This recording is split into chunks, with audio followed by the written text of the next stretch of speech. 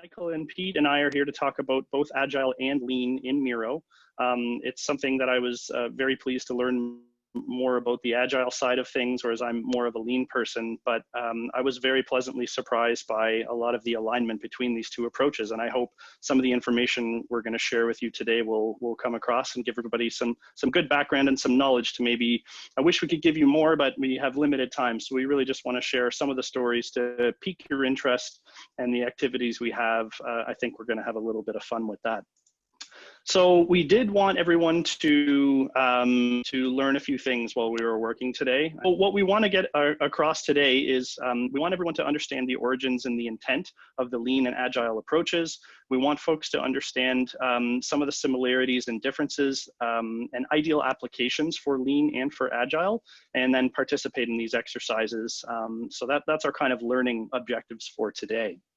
I think it always makes sense to start with a little bit of background and a little bit of history on things. So as part of a brief history of Lean, of course, there's no one spot where it all kind of started, but it did have its history in manufacturing, specifically around automotive manufacturing. So Henry Ford is a well-known name of the Ford Motor Company.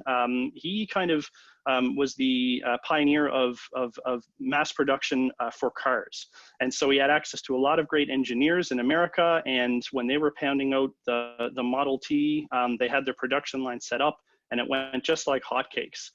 Then we have Edwards Deming, who is known as the father of quality. I think in many circles, many of you may have heard of the PDCA or the PDSA cycle. Deming had a huge hand in helping to develop that along. And he spent some time in Japan after World War II that really got the ear of some scientists and engineers in Japan that really helped to take Japan from a war-torn country after World War II into a major economic power in the years that followed. Then we have Kiichiro Toyota, who is the son of the founder of the original Toyota, which was a loom company, Toyota Loom Works. So Kiichiro Toyota decided to make cars and did a 6-month tour of the United States and came back and basically got people in his village to move forward with the passion. And the passion was that they were all going to learn together how to make a car that customers would buy. And then we have Taiichi Ohno, who is pretty much considered to be the father of the Toyota production system, which Lean, it is basically is the Lean approach. And that inspired Lean manufacturing in the US. And his 7 forms of waste is something we'll cover in a little bit here today, and definitely is something that we still use today and are actually adding to it. So this book, The Machine That Changed the World, is a great account of how the Lean production system was created, and it gets into a lot of the background of these key players, but as a real general overview, that's how Lean was founded.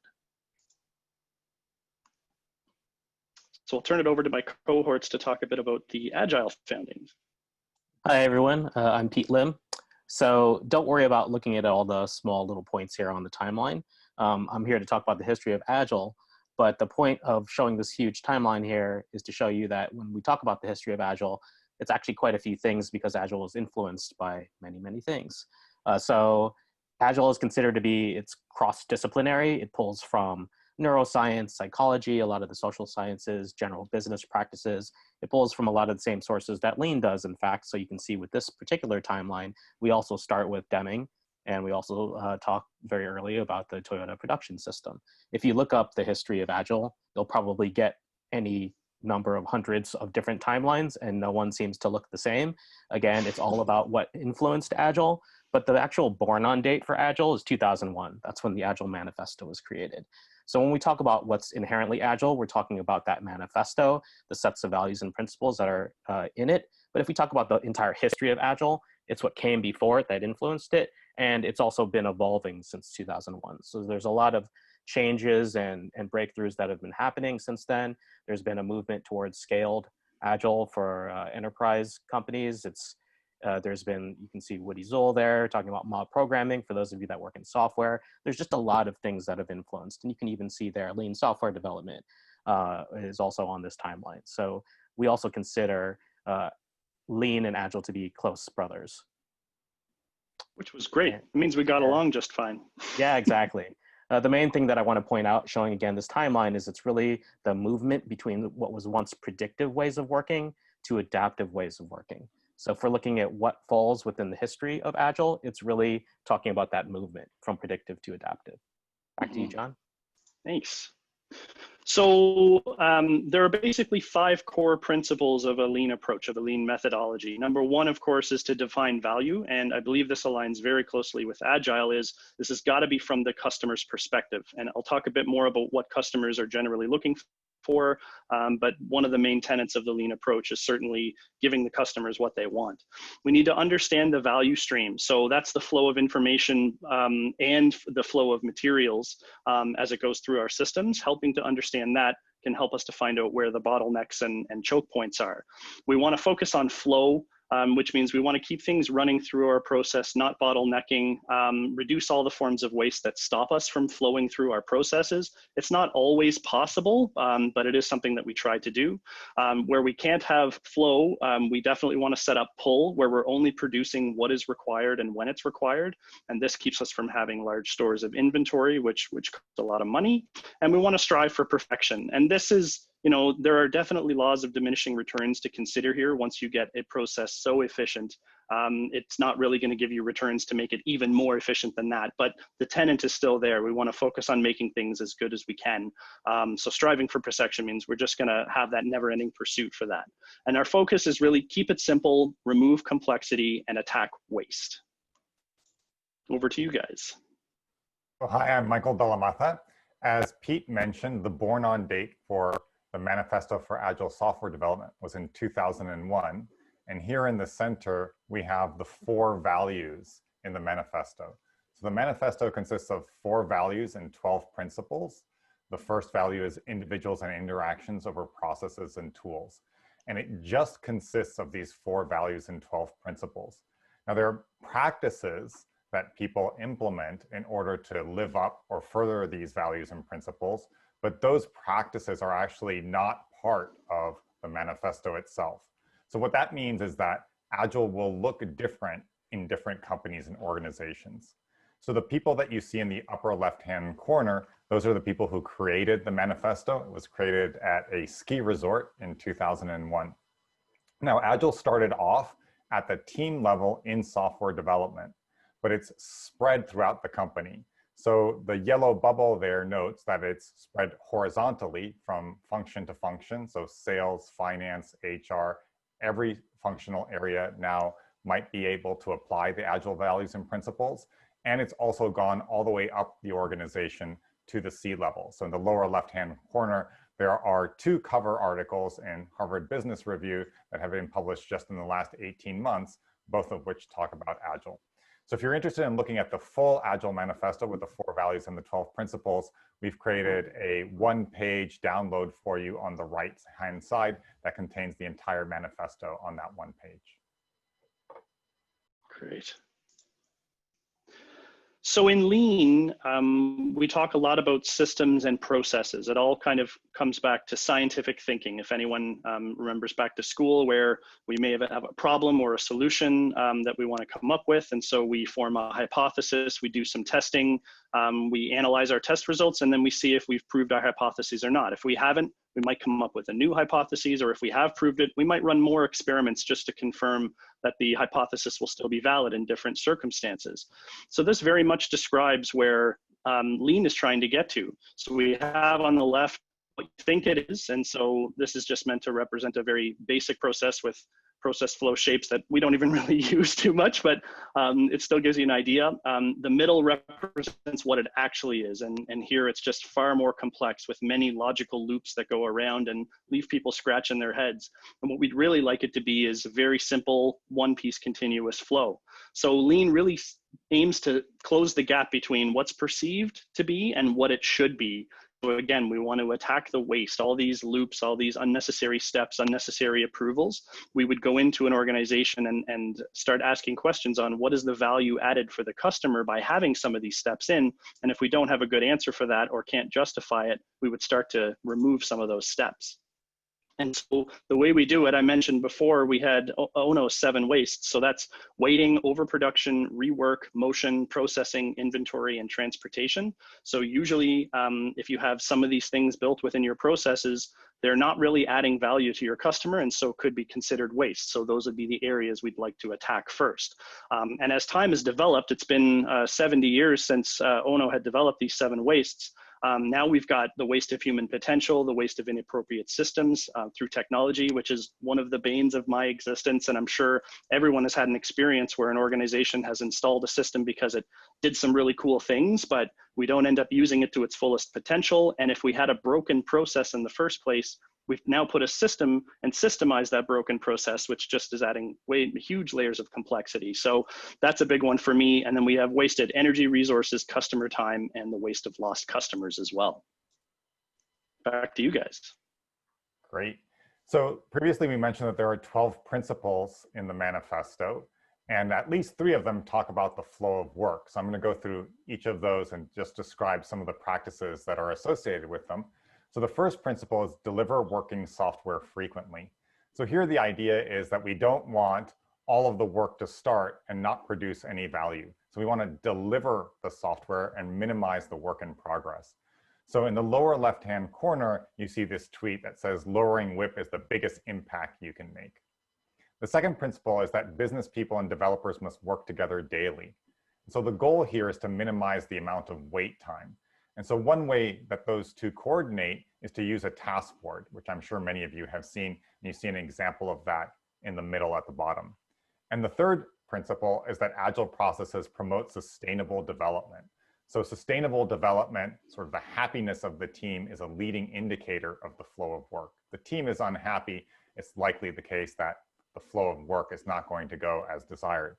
So on the right-hand side, there's a happiness calendar where each team member indicates how happy they are every single day. Back to you. I'm pretty happy right now, I'll tell you that. So we talked a bit about customers. And so both Lean and the Agile approach really focus heavily on what customers want. And so I often relate it to customers want it all, they want it now, and they want it for free. So what it is that they want can relate to various quality characteristics. And so then you can focus on various things within your company that will help you deliver to better meet what the customers actually want. We use tools like critical to quality trees, like this one, for example, where you can have a basic need and turn it into the drivers and then get to quality characteristics, which are also going from very general, hard to measure things like good room service to very specific and easy to measure, like getting food there in 30 minutes max, or serving it with a smile or with a nice greeting. So critical to quality trees are a big part of figuring out what customers want. And then there are other models like the Kano model, which teaches us to figure out the different elements of value within the organization that we're delivering to customers. Are they fundamental, very basic needs that need to be delivered? No one would ask you to deliver them because they're expecting it every time, to ones that are more of it is better, and I would like that, to even ones that are delighters, which aren't expected, but when they're given, really give you a huge sense of value and happiness, but can also be dangerous because if you provide delighters too much to your customers, they'll come to expect it, and all of a sudden now you're shifting it down into a category where you'll be expected to deliver it. So understanding what your customers value is very, very important. So as John mentioned, Agilists also put a lot of emphasis on delivering value to the customer. So in this case, just for purposes of the demonstration, M&M, the musician, is my customer. So talking about some assumptions that Agilists make, which I believe to be true as well, is that one, you know the least when at the start of a project, right? Which in older, more traditional ways of working, that's typically when you would do all of your planning. That's when you make all of your decisions. And that many times just doesn't make sense, right? The other thing that you have to assume is that change is inevitable. And we're specifically talking about solving complex problems, that's also true. Things shift very quickly. Even by nature of working on a problem, you're discovering and the problem itself changes. So don't make decisions at the start, and also don't wait to the end before getting feedback and validating that what you're building makes M&M happy, right? The longer you wait, risk of failure continues to go up. That's what that chart is showing at the top there. in waterfall or traditional project management, you would deliver something at the end. That's the first time M&M would see it. So therefore, risk continues to go up because the project itself continues to get more complex as you're building, harder to undo, and you still don't know if that's what M&M wants. Whereas in Agile development, it's more about iterative delivery. So you're delivering value. You can see each one of those pillars there. You're just adding, it's almost like your compound interest there. You're adding value all along the way. So maybe you can't see it unless you really zoom in, but M&M is totally unhappy in this example for the first 2 iterations because maybe what you've delivered isn't exactly what he wants, but then by the 3rd iteration, maybe he is happy, and then he just continues to get happier and happier. It's even possible that by 4th iteration, he has exactly what he wants, and if you continue to build on that, again, that's waste, similar to Lean, right? You don't keep building, you can very easily over-engineer something. So, and risk continues, of course, to go down because if you're validating with M&M that that's what he wants, then by the end, there shouldn't be any surprises. Yes, that photo is photoshopped of M&M. I don't think anyone's ever seen him actually smile. That's why this using him as a customer is really interesting. Sometimes you never see the customer smile either, but hopefully that's not the case. Yeah, that's one other thing on this. Strange. It is strange, isn't it? It's almost unsettling. One other thing that I wanted to point out, again, the way we validate is through iteration, experimentation, and customer feedback. The customer is the one that you're building for, so they're the one that you have to validate with. Steve Blank has this famous saying, get out of the building. Your answers are not within your team. It's not with your leaders or with your CEO. The answers are with the customer. That's the person you're building for. So don't just, close the door, build in a silo, and then come out with something after 6 months. Get out of the building and make sure it's exactly what the customer wants. Back to you, John. Thank you. So a couple of the benefits, what's possible by applying a lean approach? Well, you can see anywhere from a 10 to 40% reduction of cycle time, 10 to 15% productivity improvement. We can see big changes in the reduction in rework and doing things over and over again when we could have gotten them right the first time. That just plagues so many organizations. We'll see improved communication between functions and departments because everyone gets a window, a lens into what other areas of the business are doing. And when you visually represent a lot of your processes, it gets everybody on the same page for what we're working on, which is a huge benefit. It has clearly defined customer needs throughout the value stream because we're going to focus on delivering what our customers want. And I think it's important to draw the distinction. We have our end users, those who would buy our products or our services, but in many organizations, we have internal support departments where the customers are actually other business units or other divisions in your company. They should be considered customers too, and we should be focusing on what those customers need to make them happy so that we can give the final product to our end users and do a good job of that. And then we also really like to see improved customer satisfaction, which usually goes up when you give them what they want. And back to you guys for this. So what are the benefits of Agile? So there's a report that's been run for over a decade that attempts to answer that question. And the way it works is that they poll organizations that are trying to live the Agile values and principles and rolling out their practices. And as you can see on this chart, the top 3 items are ability to manage changing priorities, project visibility or transparency, and then also alignment. And you have the full report there on the right side, which has a lot of useful information for people who are both new to Agile and people who are more experienced. So you can imagine as we were talking, Michael and Pete and I, what we saw was that in Lean, people are very important, and there's no doubt the people who are working in our processes and our systems, they're very important. We've often heard the term good people make up for bad process, and this is very true. I've seen this in many organizations. But where people come and go, our processes and our systems persist. So if we have the right processes and systems in place, then we should be able to get most anyone to complete those roles. There are rules within that, of course, but in general, if we're setting people up for success, they're much more likely to be successful than if we just throw them into the fire. So Lean really teaches us to set the system up first and then fill it with the right people. And when we looked at Agile, if we take the Agile perspective, we would see that we wouldn't necessarily disagree with anything Jonathan said. I think it's really more about emphasis. So systems and process are important, in fact, but they can be too rigid. They can be too unchanging to support complex problem solving. Because again, in a complex problem solving world, things shift very quickly. So instead, the emphasis that we would place is empower your people with agile mindsets. They can adapt the product, they can adapt the process, they can adapt the tools to support changes in business, technology, and customer needs, right? And then that leads to highest value to the customers sooner. Back to you, John. Mm-hmm. So you can see the alignment and the slight dichotomy there, but it's a lot smoother. It's a lot more integrated than I originally thought it was going to be. And so I've been doing lean projects for 20 years now, and used to have my facilitators toolkit. I'd go into the clients, a butcher paper or sticky charts, get them up on the wall, flip notes and sticky notes all over the place. So this is what lean looked like before Miro, very, very manual. And there are still a lot of things in the organization that we need to do, quote unquote, manually. It still helps to go out and see the processes in action before we can comment on what we want to do to change them or make them better. But for the most part, there's a lot of pen and paper. And over the little over 2 years that I've been using Miro, I've been able to redevelop a lot of lean tools. So various process mapping tools. Doesn't quite replace a Visio, but it does a really great job. There are ways to set up gap analysis, SIPOC diagrams, which is a form of process map. Cause and effect diagrams and 5 whys are actually already in Miro. These are ones I did not have to recreate on my own.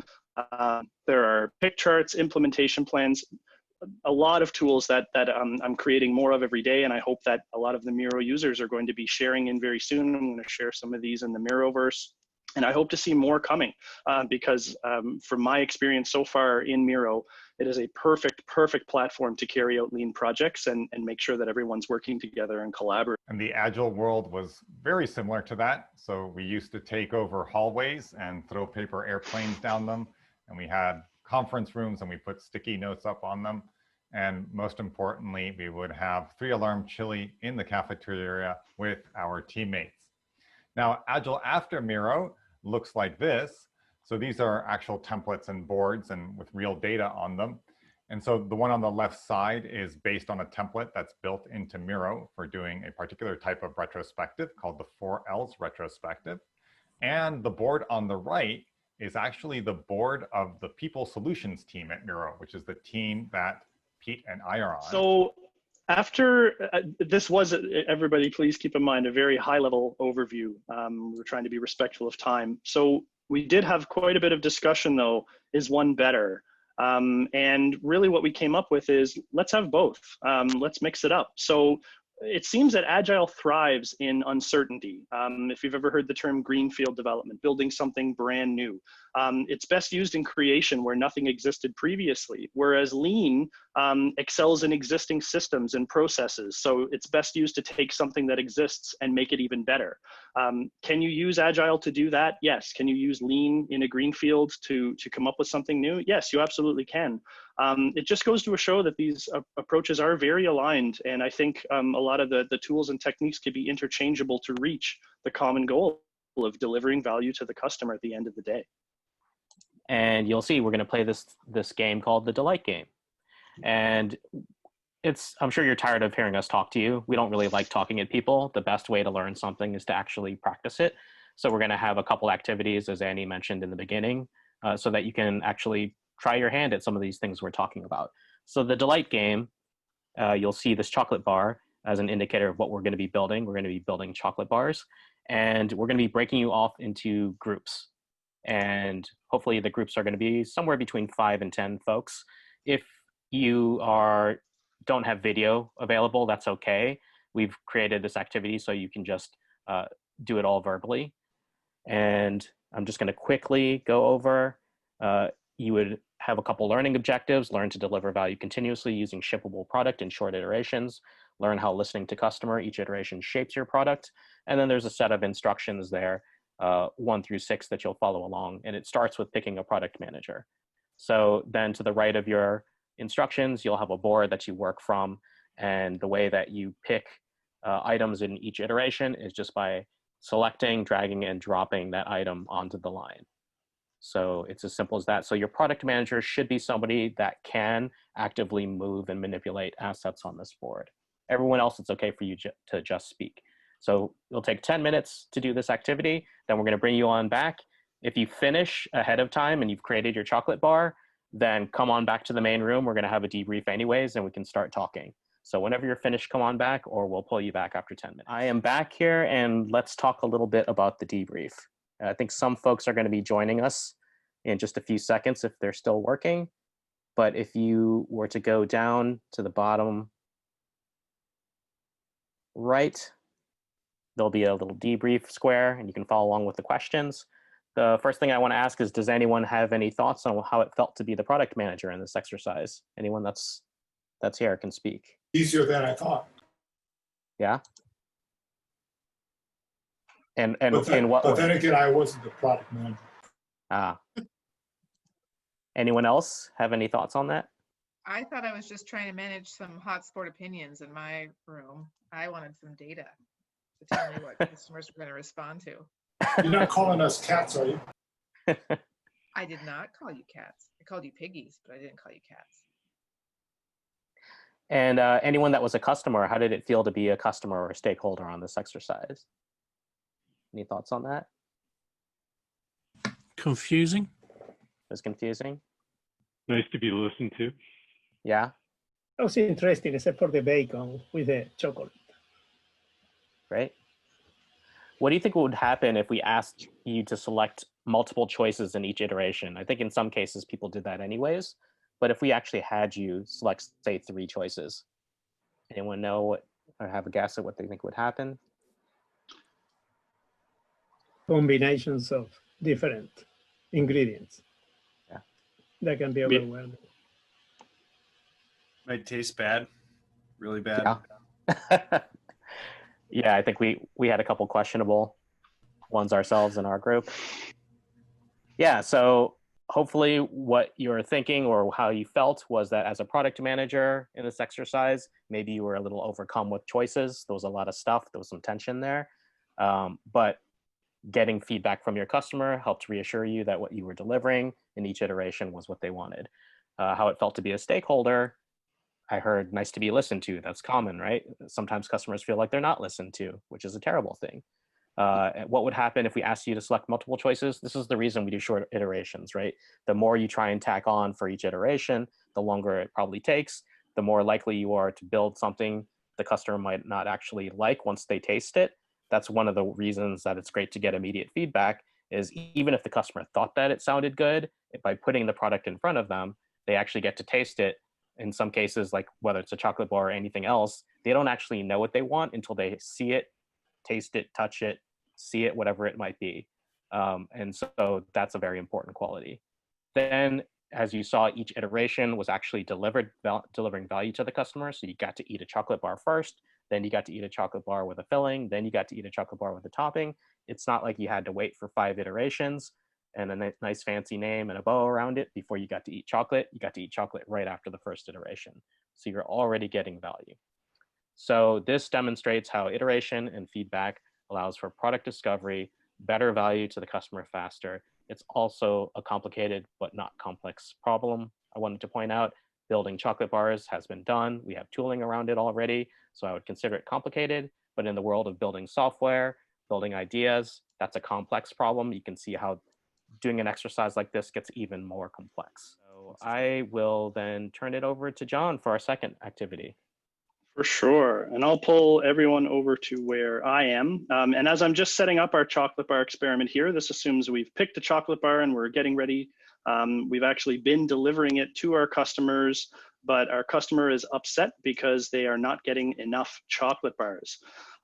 So in a moment, I'll go over some of the rules as we're going to go through, but what I do need is 6 volunteers, and I've lined up 6 sticky notes on top of this first run diagram. So if folks can, whoever's the first to put their first name in one of these boxes can hopefully help me to be a volunteer for this event, for this exercise.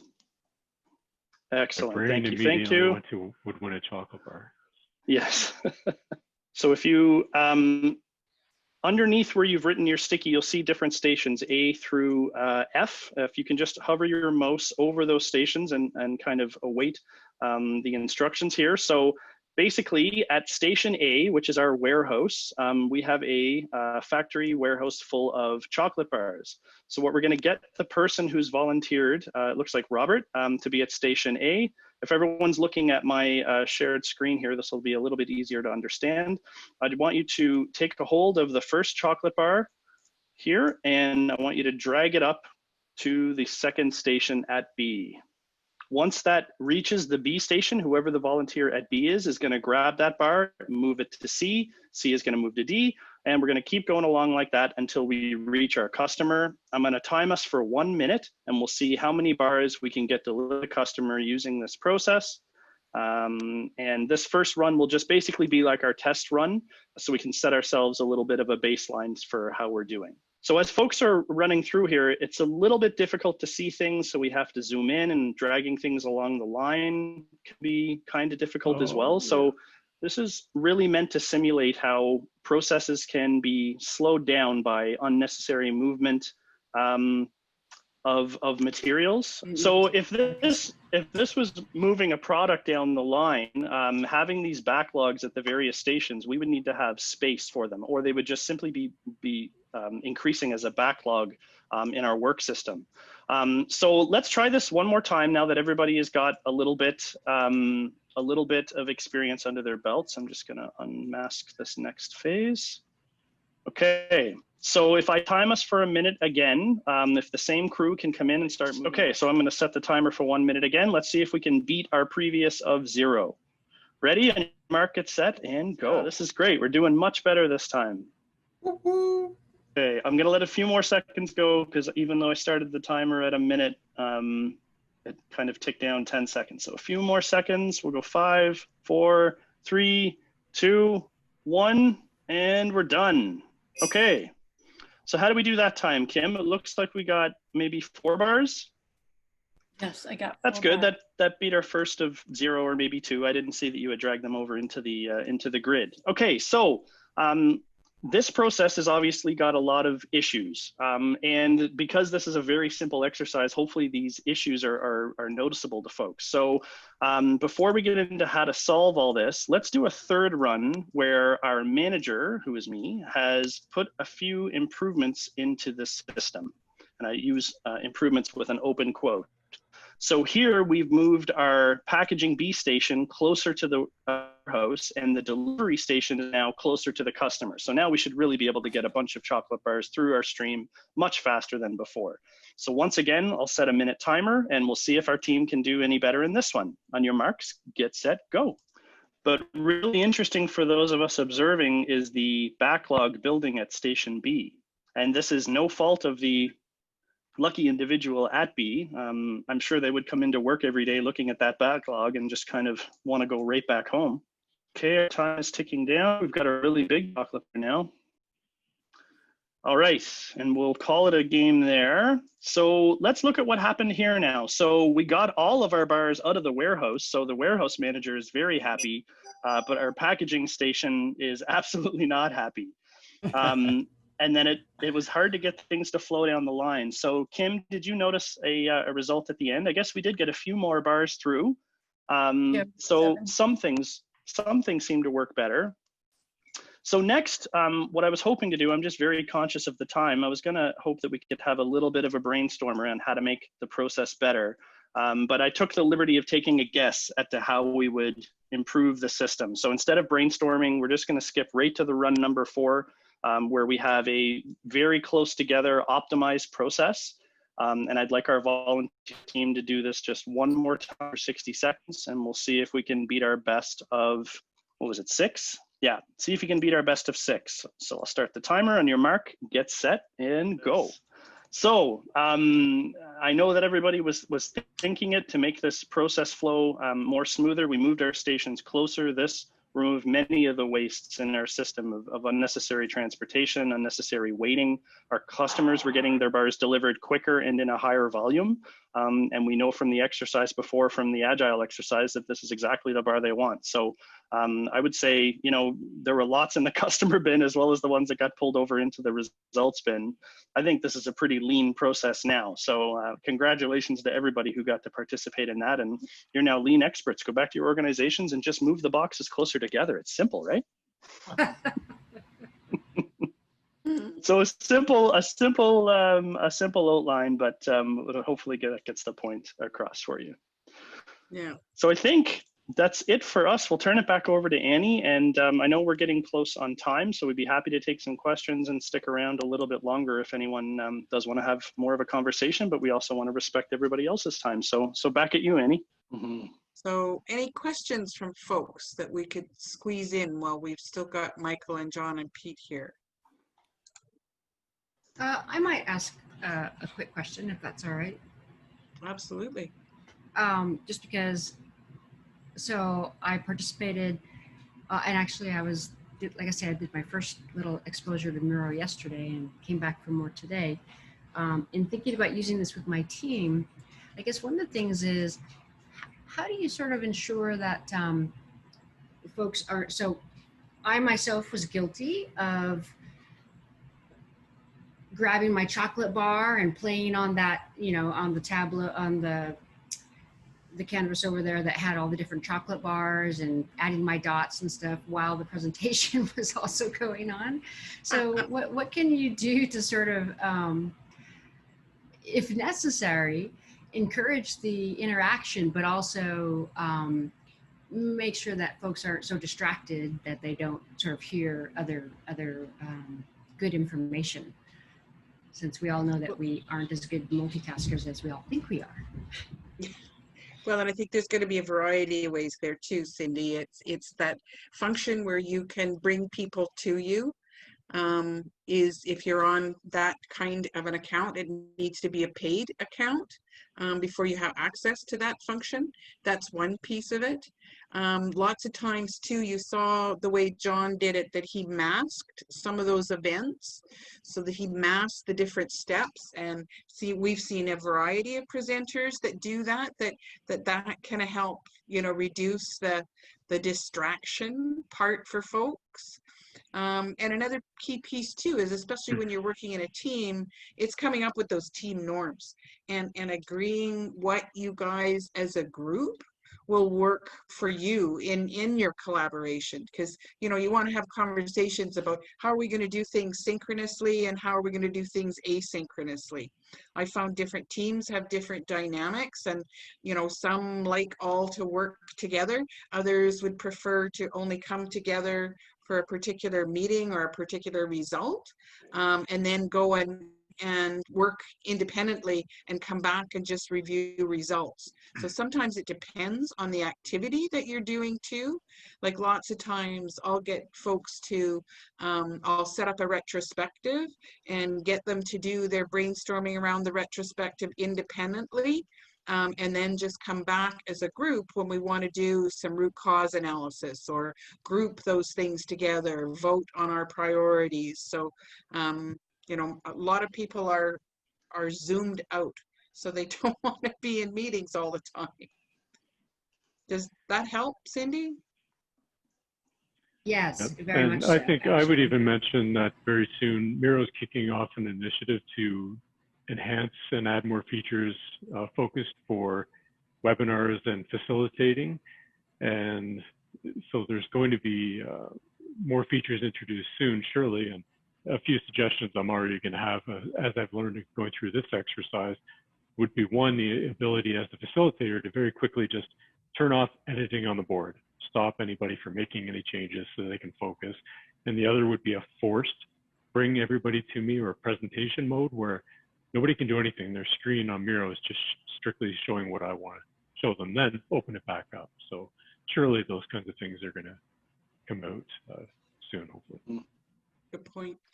And these are all new challenges that we're facing too, Cindy, that we're running more meetings in Miro and using it for more. There are going to be more challenges like this presented. And that's why the community is so great. These events are great. You can find on YouTube, Miro has a channel. You can watch a lot of the older recordings from these user group events. And I see we have with us here Joshua Davies, who was speaking at the last event. He had some great content on how to set up workshops that appeal to people. Kim White is here right now attending. She had some great session on how to make sure we're supporting cognitive diversity in the workplace when using Miro. So there's a wealth of information available right now, and we're always happy to talk and to share our stories with you. Okay, well, I think we're probably good to shut it down. Thank you so much, Ellis. Thank you all. Thank you, really appreciate it. Thank you everyone for joining. Great to see you, Kim. See ya. Yep.